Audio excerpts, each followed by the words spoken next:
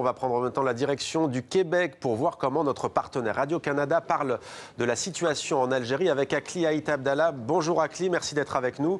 Vous êtes journaliste, reporter à Radio-Canada. Vous avez notamment couvert les printemps arabes en Tunisie, en Égypte ou encore en Libye.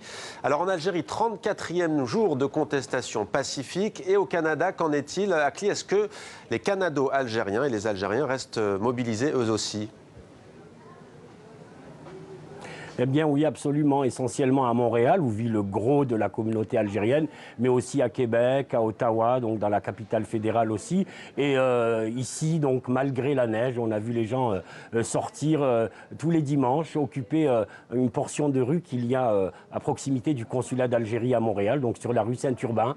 Et je parie et je pense qu'il en sera de même donc dimanche. Mais on attend toujours de voir ce qui se passe le vendredi en Algérie pour aller sur le terrain avec à peu près les mêmes slogans. On est vraiment ici à l'écoute de ce qui se passe à Alger et au diapason de la situation algérienne.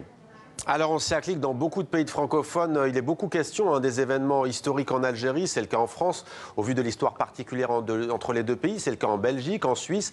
Au Canada, comment vous couvrez cette situation à Radio-Canada ?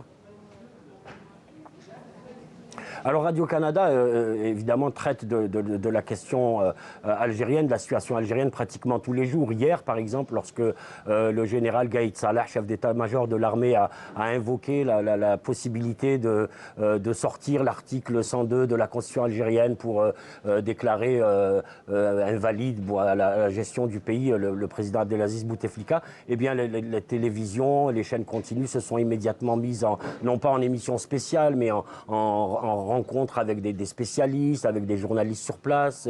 À la radio, l'émission Midi Info, qui était en ondes au moment où la nouvelle est tombée, a rejoint un journaliste à Alger, qui est d'ailleurs votre correspondant, Khaled Rarni aussi. Donc c'est un petit peu comme ça. Ça fait 3-4 semaines que, donc depuis ces 34 jours dont vous parliez, que la radio canadienne, que la télévision canadienne, en tout cas les réseaux publics, sont vraiment à l'écoute quotidiennement de ce qui se passe en Algérie, en interviewant évidemment des gens qui sont sur place, mais aussi des gens qui sont ici. Et dans ces rassemblements dont je vous parlais, qui se déroulent le dimanche devant le consulat d'Algérie à Montréal, les télévisions se déplacent et on a comme ça droit à des reportages. Mais il faut dire que le sujet Algérie a toujours passionné les gens d'ici. Akli Haït Abdallah, juste pour vous aborder cette fois le fond de la situation, pardonnez-moi de vous couper, il y a un petit décalage de 4 secondes entre Paris et Montréal. Abdelaziz Bouteflika est lâché de toutes parts par le principal syndicat, l'UGTA. On a évoqué, et vous l'avez dit, le chef d'état-major de l'armée. Le RND aussi aujourd'hui de l'ex-premier ministre Ahmadou Yahya qui appelle à la démission du président sortant. C'est le grand écart en l'espace de quelques jours.